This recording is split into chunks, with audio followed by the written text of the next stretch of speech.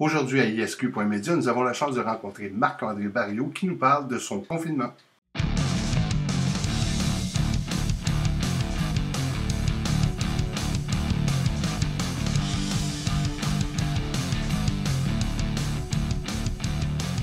Bonjour Marc-André, Marc-André Barriault, comment ça va?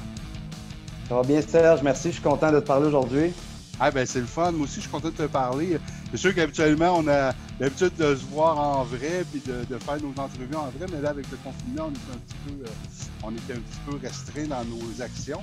Alors, c'est pour ça que je me suis permis de te rejoindre et de voir s'il y avait moyen de te jaser un peu, puis savoir comment ça allait. Fait que ma prochaine question, comment ça va?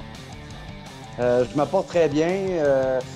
Comme tout le monde, on est dans le même bateau là, présentement. Donc, de voir que ma situation elle peut être plus particulière qu'un autre, c'est pas la bonne vision, je pense. Je pense que c'est d'être solidaire et de se référer beaucoup à comment est-ce que nous, à l'intérieur, on peut optimiser un peu notre vision de la situation présentement. Puis c'est comme ça que je la vis. Là, le confinement, c'est sûr que c'est pas quelque chose qui faisait partie de mon quotidien avant. Là, tout était calculé au quart de tour. Là, à telle heure, on va au gym, on fait ci, la petite sieste. Sauf que là, j'essaie de prendre le positif de la situation. Puis ça me convient très bien là, de pouvoir travailler sur d'autres choses. Oui, c'est sûr, parce que là, l'accès au gym, pour l'instant, j'imagine que c'est non. Là. Non, c'est ça, exact. Tous les gyms là, dans mon entourage à moi sont fermés. Puis c'est correct comme ça. Il y a la première 2 semaines, là, on avait quand même accès là, clandestinement, on peut dire. Là. Moi, j'avais la clé, donc on pouvait y aller. Mais quand on a vu que la situation prenait de l'ampleur, Danny a décidé de mettre la clé dans la porte. C'est correct comme ça. Lui, il en a profité pour tout nettoyer, désinfecter, faire des ajustements dans son gym. Puis d'avoir personne qui rentre là, ça va aider à la chose. On espère reprendre tout ça le plus rapidement possible. Mais écoute, je travaille d'autres choses ici, là, des choses que d'habitude je ne mettais pas de temps parce que j'en avais un peu moins ici, c'est-à-dire que ce soit un peu de yoga, de la méditation, on fait du stretching. Là, hier, j'ai regardé des vidéos, il va commencer à faire beau, je vais commencer à faire un peu des mouvements un peu primals, des primates, tu sais, là, la marche de l'ours, juste des trucs pour découvrir un peu plus mon corps, les mouvements que je suis capable de faire. Au lieu d'être juste boxer, frapper avec mes poings, je suis capable d'aller atteindre d'autres choses. Donc, c'est ça que j'utilise là, le moment présentement. Autant mon corps que mon esprit, je veux ouvrir d'autres horizons là-dedans. Tu travailles ton mental puis ton physique en même temps. Puis c'est vrai, le fait d'être confiné, ça nous donne une obligation de penser autrement, hein, de faire les choses autrement. Ouais. Ta carrière en UFC, premièrement, félicitations d'avoir monté jusque-là. C'est vraiment nice d'avoir un autre Québécois qui se produit dans la UFC. On sait que ça n'a pas bien été, mais ça n'a pas bien été, oui, puis non. Je veux dire, tu as perdu tes combats, mais c'était jamais des combats, c'était jamais des trucs dramatiques. Là. Des fois, c'était des décisions, Ouais. des trucs comme ça. Mais toi, là-dedans, comment tu te sens? C'est sûr que c'est allé à vitesse grand V, tout ça. Mon parcours chez TKO, j'ai fait une belle run avec eux autres. J'ai voulu atteindre où est-ce que j'en étais, c'est-à-dire le UFC, c'était mon rêve. La seule chose, c'est vu que c'est arrivé vite, j'ai pas pris le temps de redéfinir un peu mes objectifs. C'est-à-dire, je suis arrivé, j'ai pris ce qu'on m'a donné, j'ai peut-être pas pris le temps de voir c'était quoi la grosse machine, comment ça fonctionnait. J'ai un peu couru après ma queue en voulant dire que premier combat à Ottawa, c'était grand, c'était presque dans ma cour arrière, puis c'était un combat que j'ai échappé un petit peu, mais que ça aurait quand même pu aller de mon côté. Mais ça, c'était un combat d'expérience. Ça prenait un premier, c'était ça qu'il fallait, puis c'était correct. Par la suite, j'ai un peu resté sur mon appétit, puis je suis quelqu'un qui aime ça être actif pour performer parce que ça m'a été payant chez TKO, mais j'ai essayé de reproduire la même chose au UFC. Mais la machine n'est pas pareille. Là. Je peux pas me permettre de ne pas me laisser le temps de comprendre des choses, puis de travailler des choses aussi. Donc, c'est un peu la leçon que j'en tire. Puis, où est-ce que j'en suis présentement avec toute la situation?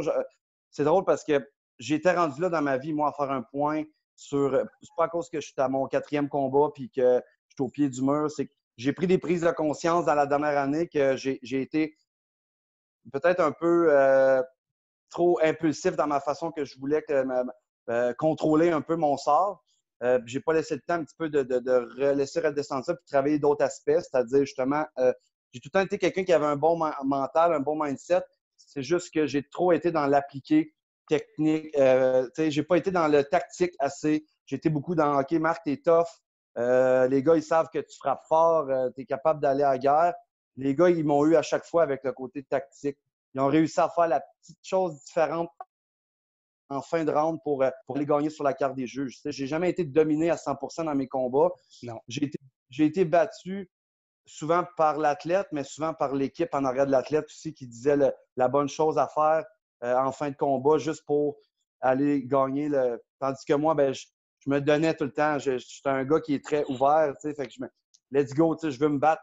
Puis j'ai pas eu des adversaires qui étaient un peu comme moi parce que c'était des gars qui avaient toujours plus d'expérience que moi dans l'UFC, plus de combats que moi. Donc, c'est un peu ça que je fais le point là-dessus que regarde, le fait qu'ils m'ont laissé mon 4e combat, ça en dit long.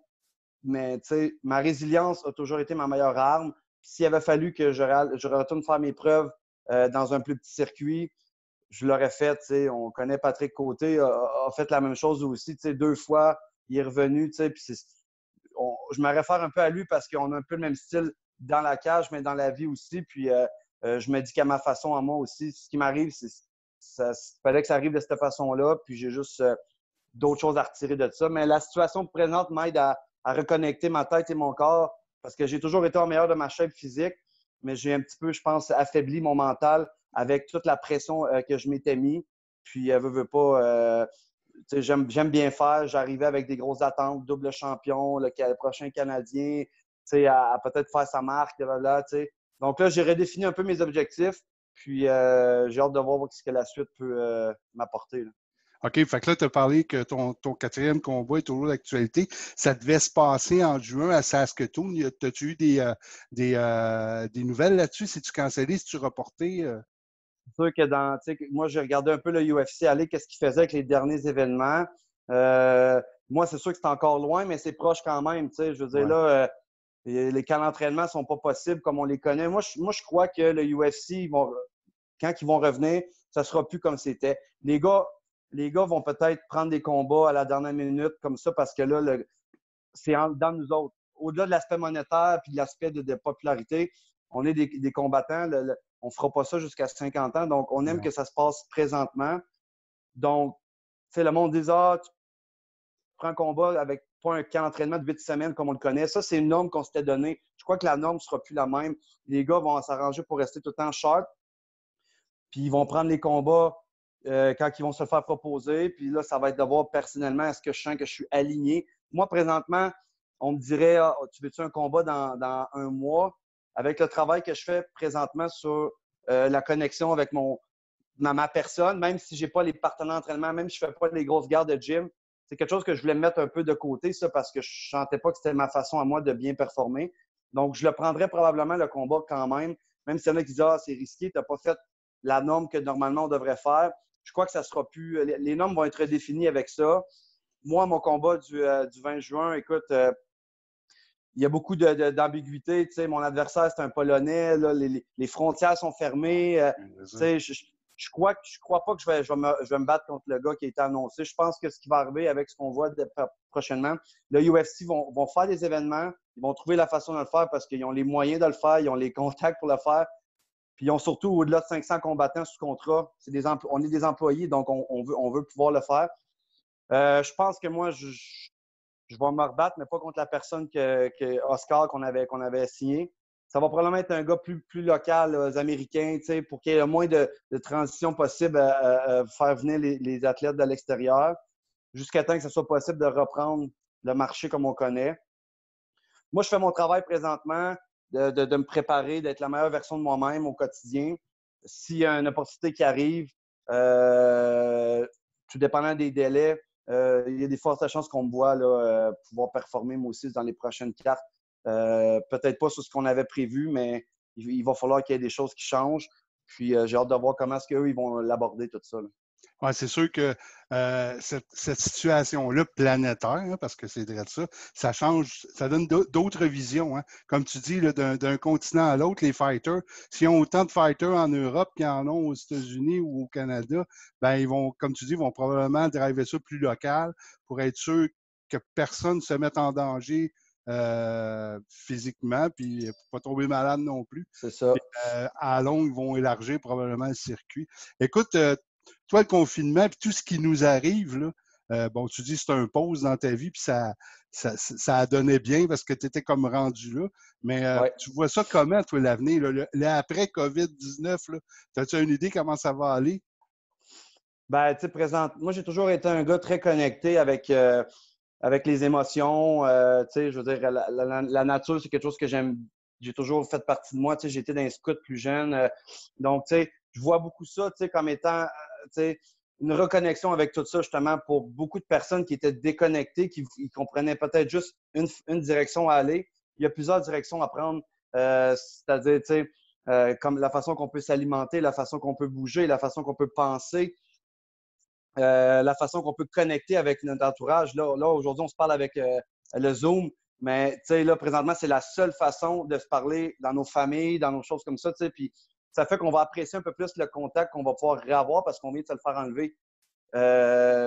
Donc, je vois ça comme étant, ça va vraiment rebrasser le jeu de cartes un peu de la société.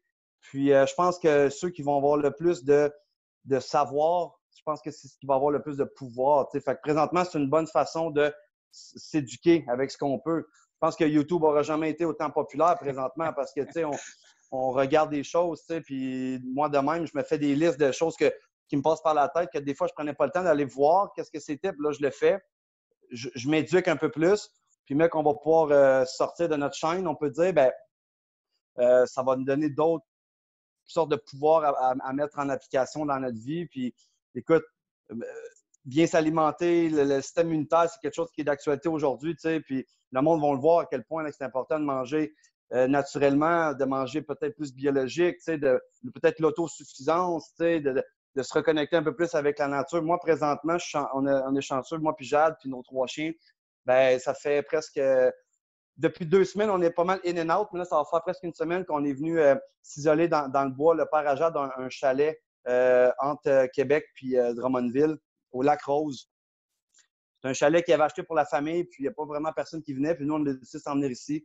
Un poêle à bois, chaque matin, on a la vue sur le lac. Ça fait du bien. Là, je sens que je suis capable de m'enlever un peu plus tout ce qui est négatif. Puis même que je me suis dit que je veux moins regarder à chaque jour. On en est rendu où avec les cas? C'est quoi la situation présentement? Je me suis dit, aux 2 jours, on va regarder ce qui se passe. Parce que si on est trop connecté avec ça, je suis pas assez connecté avec ce que j'ai présentement à l'extérieur. Puis moi, c'est ça qui me fait du bien, d'être plus dans le vrai de qu'est-ce que ça peut être, la vie. Puis je pense que ça va être utile pour la suite, en tout cas de mon côté. Puis mon entourage est aussi, je pense, d'accord avec ça parce que faut se ramener à l'essentiel. Puis le matériel est moins présent. Regarde, le monde, même si le monde a de l'argent dans leur compte, on peut presque pas le dépenser. C'est pas ça qui est important là, présentement. Là. Oui, on réalise beaucoup de choses hein, avec ce qui nous arrive. On réalise tout, comme tu dis, là, le matériel, c'est secondaire. Écoute, on a des voitures, mais on ne peut même pas s'en servir, sont Ouais. stationnées là. Fait que peut-être que quand on va revenir, on va dire, bon, c'est-tu vraiment nécessaire d'avoir 2 voitures dans la cour? C'est-tu vraiment nécessaire d'avoir plein de trucs? On a hâte d'aller dehors. Quand on va dehors, prendre une simple petite marche, c'est rendu un privilège. Ouais, c'est vrai. C'est weird à dire, hein, mais c'est rendu un privilège. Écoute, Marc-André, ça a été super le fun de se reparler. Je suis content de t'avoir revu. Et puis, écoute, as-tu un petit quelque chose à dire à tes fans, à ta gang avant qu'on se laisse? As-tu un petit Ouais, message? ouais, certainement. Ben, écoute, au-delà de mes fans, c'est plus pour le monde en général, la connexion humaine présentement va être de plus en plus importante, puis on le voit, là, c'est quelque chose qu'il va falloir entretenir.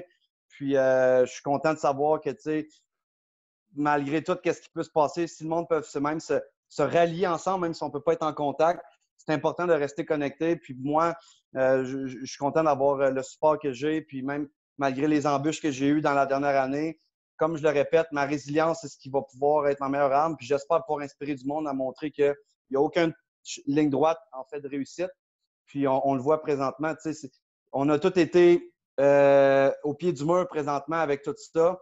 Puis la façon qu'on va s'en sortir puis gérer ça est propre à chacun. Mais si on est capable, un avec l'autre, de pouvoir donner juste des petits conseils, si tu es là pour revenir à la meilleure version de soi-même, je pense que c'est ce qui va faire la force de notre société. Mais moi, je suis content d'avoir le support de ce que j'ai, puis j'étais content de t'avoir parlé aujourd'hui, Serge. Ben, c'est gentil. Puis, écoute, aussitôt qu'on peut, on en refait une en vrai pour pouvoir au moins se resserrer la pince. Puis, je te souhaite bonne chance. Continue à t'entraîner. Continue d'avoir du plaisir au chalet. Connecte avec la nature. Je pense que c'est une plus belle chose que tu as. Je te remercie beaucoup, Marc-André. Ça fait plaisir. Merci. Yes. Merci.